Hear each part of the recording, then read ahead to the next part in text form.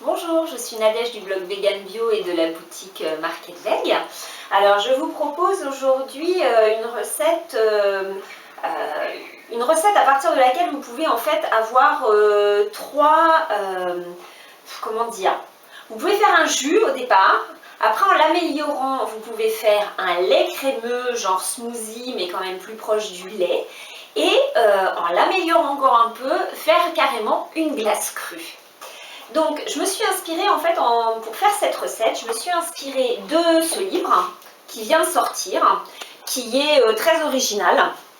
J'en ai déjà parlé dans une autre vidéo, justement, où j'avais parlé que des jus et des smoothies. Alors c'est pas une recette purement extraite du livre, mais je me suis inspirée de plusieurs pour arriver à ce résultat. Donc c'est un livre très intéressant, moi je trouve il est ludique, vraiment sympa parce que alors les recettes sont loin d'être toujours, comment dire, santé topissime on va dire, par rapport par exemple à notre livre sur les smoothies verts. Mais il y a quand même de très bonnes bases. Vous pouvez après simplement vous inspirer et puis faire vous-même vos propres recettes. Ça donne plein, voilà, des idées originales auxquelles on n'aurait pas forcément pensé. Donc voilà, une petite intermède quand même parce que je vais en profiter pour vous présenter les dernières créations de Colette, donc qui se trouve être ma maman et qui gère le blog Vegan Bio avec moi.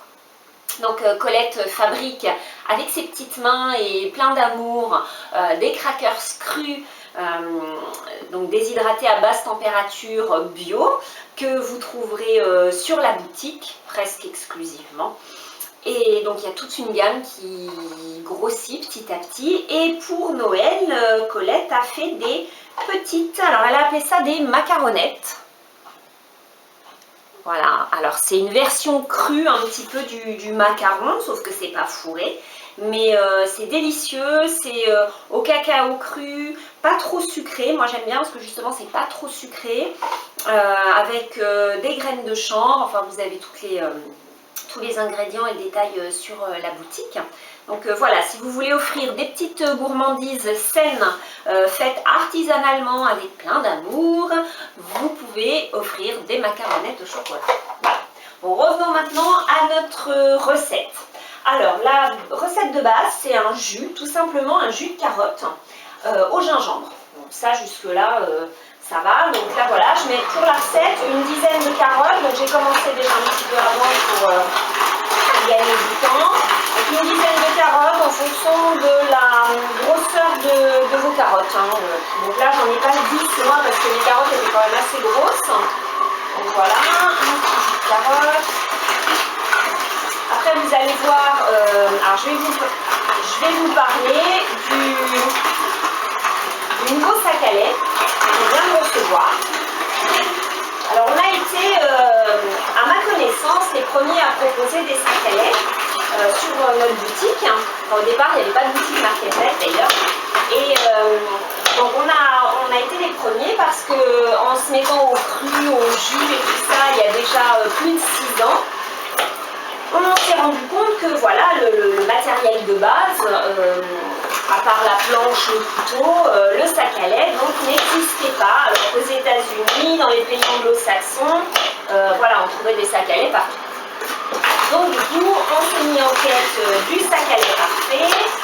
Alors on a eu des hauts et des bas avec ce sac à lait. Donc j'ai eu plusieurs sacs à lait différents présentés sur le site, en fonction de, voilà, des tissus, vraiment plein d'aléas. Et donc dernièrement, j'en avais trouvé des plutôt bien. Et puis pareil, la fabrication a changé, donc ils étaient plus solides, ils résistaient moins que les premiers, parce que les premiers que j'ai lus, il y en a qui ont résisté très longtemps. Là, il y en a un, alors il est même plus blanc à force, mais bon, ça c'est pas grave.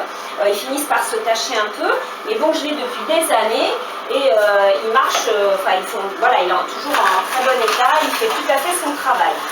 Donc voilà, après beaucoup de recherches à droite à gauche dans des pays différents, j'ai fini par trouver un sac à lait qui me semble très bien. J'en ai essayé plein, j'en ai testé que jamais vous ne trouverez sur la boutique parce que soit le tissu est beaucoup trop fin, donc en fait le jus passe quasiment pas à travers, donc c'est très dur de faire sortir le jus. Donc trop fin, c'est pas bon non plus, ou pas assez solide, ou trop petit. Enfin, je trouve que quand même qu'il y a une certaine taille, si on veut être tranquille, en général, quand on fait un jus, on en fait quand même au moins une bonne quantité, 1 litre. Donc il faut qu'il y ait suffisamment de place dans le sac. Donc voilà, donc là je vais vous montrer tout à l'heure celui qui est maintenant disponible dans la boutique. Alors il est effectivement un petit peu plus cher. Vous pouvez faire votre sac vous-même, hein, c'est sûr. Maintenant le tissu en France, moi j'ai encore pas trouvé un tissu suffisamment vraiment solide comme j'ai pu trouver aux États-Unis ou en Angleterre. Alors bon, si quelqu'un a une piste, avec plaisir. Cela dit, voilà, celui-là il est quand même fait pas très loin de chez nous. Alors là je mets dans mon jus de carotte, je mets un morceau de gingembre. Il est bio, c'est pas la peine de l'éplucher. Bon, vous pourriez l'éplucher. Donc voilà, je mets à peu près, ça fait quoi? Ça fait à peu près 2 cm, quelque chose comme ça. Voilà, ah, j'ai plus, voilà, hop. J'aurais dû faire passer une carotte derrière. J'arrive, je vais rajouter une petite salade. Voilà, j'aurais dû faire passer le gingembre entre les carottes pour que le jus se mélange bien et sorte bien. Là j'étais voilà, absorbée par ce que je vous disais, donc du coup j'ai pas fait exactement comme il fallait. C'est pas grave, voilà, je rajoute un petit peu de carotte. Voilà. Donc là, je vais avoir mon jus. Et bon, finalement, ça fait beaucoup de pulpe que vous pouvez garder pour faire soit des petits gâteaux crus, soit des crackers, soit un pâté végétal. Il suffit de rajouter des herbes, de la purée d'oléagineux. Alors évidemment, de préférence crue, hein, pas cuite. Donc voilà, j'ai mon jus de carotte. Je le filtre. C'est pas une obligation, mais ça permet d'avoir quand même un jus sans aucune fibre, parce que souvent il reste un petit peu de pulpe. Donc voilà, le nouveau sac à lait, comme vous voyez, qui est très grand, et c'est très pratique parce que d'abord il se met très bien autour, il y a un cordon donc autour du blender, donc si vous avez un blender, voilà, vous le fermez autour et rien ne tombe à côté. Pareil, vous pouvez le mettre sur un grand saladier, voilà, nickel, il se retourne. Pas de trucs un peu bizarres où on ne sait pas trop, ça coule à côté. Voilà, là, génial. Vous versez tout sans problème dedans. Hop. Si possible, de préférence, vous mettez les coutures à l'extérieur. C'est simplement pour faciliter le nettoyage après du sac à lait. Donc là, vous allez voir, évidemment, il y a très peu de pulpe qui reste. Mais il y en a quand même un tout petit peu. Ça doit faire l'équivalent de... même pas une cuillère à soupe à mon avis. Voilà, hop. Vous voyez, ça doit faire, je vais vous montrer. À peu près, vous voyez. Juste, c'est tout ce qui reste. Donc, mais quand même, il en restait un peu. Donc voilà, le super sac à jus. Super solide, vraiment enfin j'aime bien, le tissu, tout. Alors il n'est pas non plus indestructible, hein. Faut en prendre soin et puis à la longue, peut-être qu'un jour... voilà, il lâchera, comme pratiquement tout d'ailleurs, mais il est quand même très solide. Donc voilà, donc là vous avez votre jus, carotte gingembre. Je vais le goûter d'ailleurs. On sent bien le gingembre. Alors là vous avez un jus. Maintenant passons à la recette du lait. Donc le lait, c'est des graines de chanvre. Alors là par contre je vais utiliser le blender maintenant. Donc pour cette quantité de jus, moi j'ajoute 35 g de graines de chanvre et puis de la loukouma. Alors la loukouma, c'est exotique certes. Là, je vais essayer de vous la montrer là. Ça a une odeur très douce, presque un petit peu caramélisée, mais très légèrement. J'ai vraiment du mal à décrire la loukouma, donc qui est un fruit d'Amérique du Sud. Alors il est intéressant parce que c'est un édulcorant, vraiment sympa. je dirais, intelligent parce qu'il rehausse le goût des jus à base de racines, carottes, betteraves, panais, tout ça. Et en même temps, il adoucit beaucoup, naturellement, c'est un fruit quand même, mais farineux, qui n'est pas très sucré, mais qui adoucit quand même. Donc si vous voulez voilà, un édulcorant doux, il est très riche en bêta-carotène, en fer également. Il a une contenance, enfin une teneur intéressante en calcium aussi. Qu'est-ce que je peux vous dire d'autre sur la lucuma? Qu'est-ce qu'elle a? Alors elle va super bien avec la noisette. On a une recette sur notre blog de lait de noisette, donc un lait végétal fait avec le sac à lait là, mélangé avec de la lucuma et il me semble un tout petit peu de piment. C'est une tuerie. Franchement, c'est la meilleure association que j'ai pu goûter avec la lucuma. Voilà. Mais ça va très bien avec, avec beaucoup de choses, dans des crèmes. C'est donc voilà, c'est très doux, c'est voilà, c'est intéressant, c'est un truc vraiment, enfin un fruit très intéressant. Donc là, je mets mon jus. En même temps, ça épaissit un petit peu. Ça rend, ah oui, c'est très crémeux aussi la lucuma, hein. Ça apporte vraiment beaucoup de crémeux. Ah, voilà, je mets ça dedans. Donc je mets mes graines de chanvre. Voilà. Et donc je mets une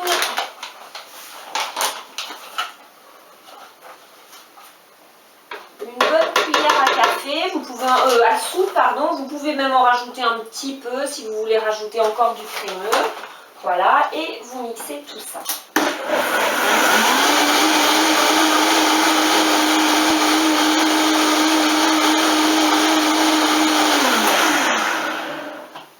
Évidemment, graines de chanvre, très intéressant, riche en oméga 3 et oméga 6, mais c'est surtout que c'est une proportion parfaite, un équilibre parfait entre les oméga 3 et les oméga 6 pour la santé, pour l'humain. Donc très intéressant les graines de chanvre. En plus c'est une plante dont il faut encourager la culture parce qu'elle ne demande aucun engrais, elle pousse très bien.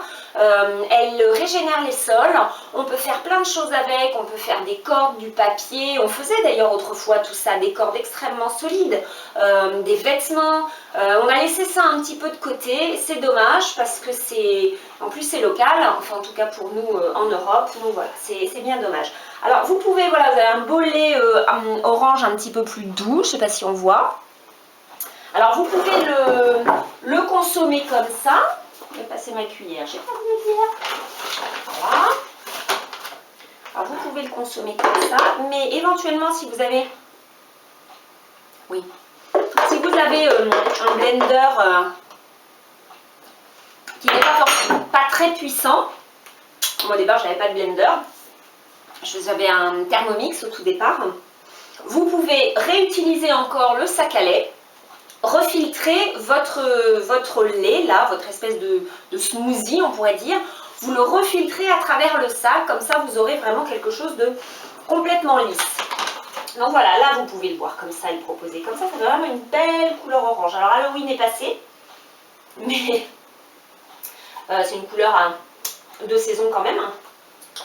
Ah bah non, j'ai fait une bêtise là. Alors là c'est voilà, là c'est le lait, donc vous voyez quelque chose de très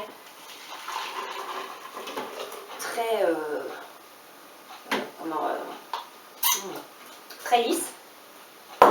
L'étape d'après, si vous ne voulez pas vous arrêter là, c'est de faire une glace. Alors, plusieurs moyens de faire cette glace. Soit vous ajoutez des noix de cajou, tout simplement. Donc là, il va y avoir 70 g de noix de cajou.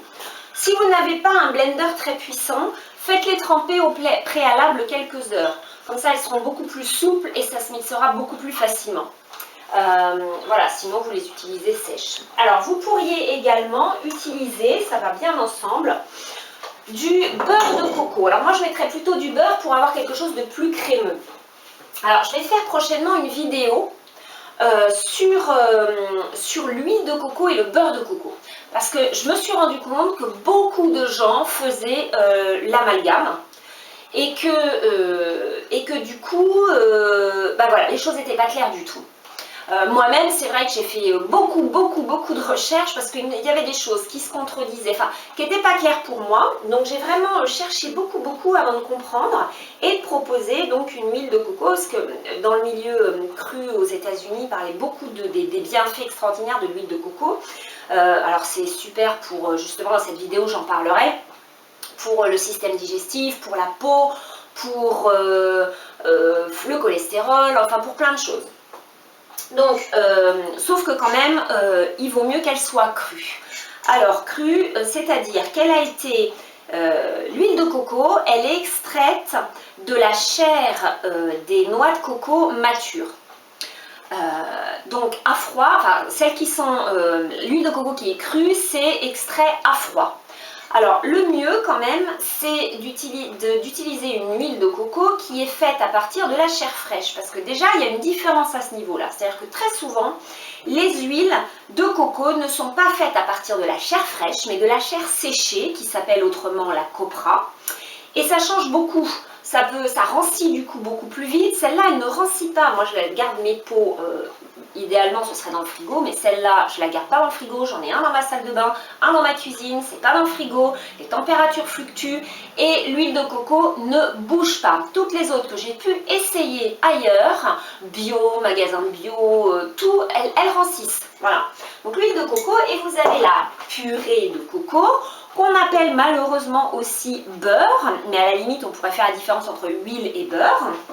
Alors le beurre de coco, l'huile de coco, pardon, quand elle est à température un peu froide, on va dire, en ce moment il ne fait pas très chaud, c'est blanc, voilà. Donc c'est pour ça qu'on a tendance à dire beurre.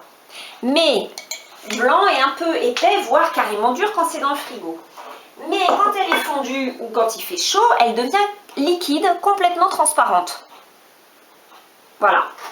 Le beurre de coco, lui, et moi je fais cette distinction-là, qui serait de la purée de coco, ça n'a rien à voir. Alors quand c'est dur, bah c'est quand même blanc, ça pourrait se rapprocher du beurre de coco, mais c'est moins blanc hein, quand même. Donc je ne sais pas si on va voir là un petit peu, donc c'est dur, hein, voilà, ça fait une pâte granuleuse qui quand elle est complètement froide, s'effrite, quand elle est très dure. C'est pas fait pour mettre sur la peau. C'est pas le but, je vois pas trop l'intérêt d'ailleurs. Ce qui est intéressant pour la peau, c'est l'huile. L'huile, elle pénètre bien. Ça va jamais pénétrer dans votre peau. Vous aurez l'huile qui est à l'intérieur, parce que le beurre ou purée de coco, c'est la chair qui est complètement mixée, donc avec son huile dedans. L'huile n'a pas été extraite. Enfin bon, je vous en parlerai plus sur une autre vidéo. Mais du coup, voilà, ça va se rapprocher d'une purée d'oléagineux, d'amandes ou tout ça. Vous avez de la graisse aussi dans les oléagineux. Donc au choix, soit la purée de coco qui durcit très bien, soit des noix de cajou. Selon, alors la noix de cajou, ça sera neutre au niveau du goût. La purée de coco, ça donnera un petit côté, un petit goût exotique. Hein. Donc après, c'est à vous de voir. Donc là, je sais pas, qu'est-ce que je vais mettre, noix de cajou ou noix de coco? Allez, j'essaie noix de coco. Donc voilà, là elle est un petit peu dure, là elle a été fondue au bain-marie, donc elle est beaucoup plus liquide, mais même fondue au bain-marie, vous voyez qu'elle est blanche, opaque, enfin voilà, c'est pas transparente du tout, comme l'huile de coco. Voilà, donc on le met au pot. Je vous mettrai les proportions sur le blog. Vous aurez le lien en bas dans la description de la vidéo. Donc voilà, hop. Voilà, un petit peu dur, mais je vais la mixer. Donc voilà, très bon pour la santé. Alors, c'est pas parce que c'est bon pour la santé qu'il faut quand même s'en gaver. Hein. Ça reste de la graisse, mais c'est quand même une des seules graisses qui est complètement métabolisée très efficacement, enfin très facilement par le corps, et qui se transforme tout de suite en énergie. C'est pour ça d'ailleurs qu'on dit souvent que l'huile de coco aide dans le cadre d'un régime pour perdre du poids. Et là on rajoute un petit peu de sucre. Et donc pour faire un sucrant à bas indice glycémique, le sirop d'agave n'en est pas un, je mets du nectar de coco. Donc une bonne cuillère. Alors à vous de voir après au niveau du goût, une cuillère, 2 cuillères. Alors là c'est du nectar de coco ambre. Donc il est un peu foncé, il va peut-être changer un petit peu. J'en ai plus du blond. Le blond est très clair, un peu comme du sirop d'agave. Et le goût change légèrement. Celui-là est un petit peu plus puissant. Enfin moi j'aime beaucoup quand même. Du coup, voilà. Et puis un petit peu de vanille. Très bon la vanille pour la santé aussi. La vanille c'est excellent. Donc voilà. Hop.